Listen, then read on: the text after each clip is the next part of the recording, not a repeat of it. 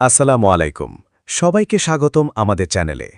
আজকের ভিডিওতে আমরা জানব কাতারের ডেলিভারি সার্ভিস এবং ডিজিটাল প্ল্যাটফর্ম নিয়ে নতুন যে গুরুত্বপূর্ণ নির্দেশনা জারি করা হয়েছে সেটা আপনার জন্য কী পরিবর্তন নিয়ে আসছে। আপনি যদি নিয়মিত ফুড ডেলিভারি অ্যাপ ব্যবহার করেন তাহলে এই তথ্যগুলো আপনার অবশ্যই জানা উচিত। সম্প্রতি ministry of commerce and industry নতুন কিছু গাইডলাইন ঘোষণা করেছে, যার মূল উদ্দেশ্য হল ব্যবসা, প্ল্যাটফর্ম এবং গ্রাহকদের মধ্যে স্বচ্ছতা ও ন্যায্যতা নিশ্চিত করা। প্রথমেই আসি ব্যবসা প্রতিষ্ঠানগুলোর বিষয়। এখন থেকে ব্যবসাগুলো তাদের পণ্যের দাম নিজেরাই নির্ধারণ করতে পারবে। কোনো প্ল্যাটফর্ম তাদের অনুমতি ছাড়া দাম পরিবর্তন বা ডিসকাউন্ট দিতে পারবে না।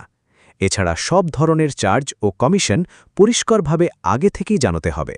গোপন কোনো চার্জ রাখা যাবে না। এবার ডেলিভারি কোম্পানিগুলোর নিয়ম।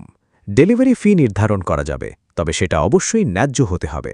ডেলিভারি কর্মীদের সময়মতো অর্ডার পৌঁছানো, পণ্যের নিরাপত্তা নিশ্চিত করা এবং ভদ্র আচরণ করা বাধ্যতামূলক।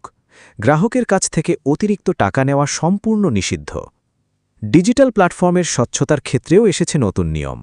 যে বিজ্ঞাপনগুলো টাকা দিয়ে প্রচার করা হয় সেগুলো স্পষ্টভাবে চিহ্নিত করতে হবে। এছাড়া কোন ভিত্তিতে পণ্য বা রেস্টুরেন্ট দেখানো হয় সেটার সাধারণ ধারণাও ব্যবহারকারীদের জানাতে হবে। এখন আসি গ্রাহকদের সুবিধার কথায়।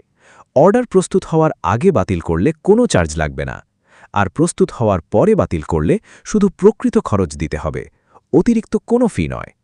তবে কেউ যদি বারবার অকারণে অর্ডার বাতিল করেন তাহলে তার অ্যাকাউন্টে নিষেধাজ্ঞা আসতে পারে। সবশেষে ministry of commerce and industry স্পষ্টভাবে জানিয়েছে এই নতুন নিয়মগুলো সবাইকে মেনে চলতেই হবে।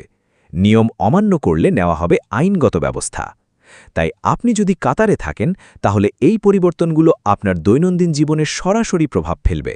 সচেতন থাকুন, নিজের অধিকার জানুন এবং নিরাপদে ডেলিভারি সার্ভিস ব্যবহার করুন। ভিডিওটি যদি আপনার উপকারে আসে তাহলে অবশ্যই লাইক দিন, শেয়ার করুন এবং চ্যানেলটি সাবস্ক্রাইব করতে ভুলবেন না। এমন আরও গুরুত্বপূর্ণ আপডেট পেতে আমাদের সাথেই থাকুন। আল্লাহ হাফেজ।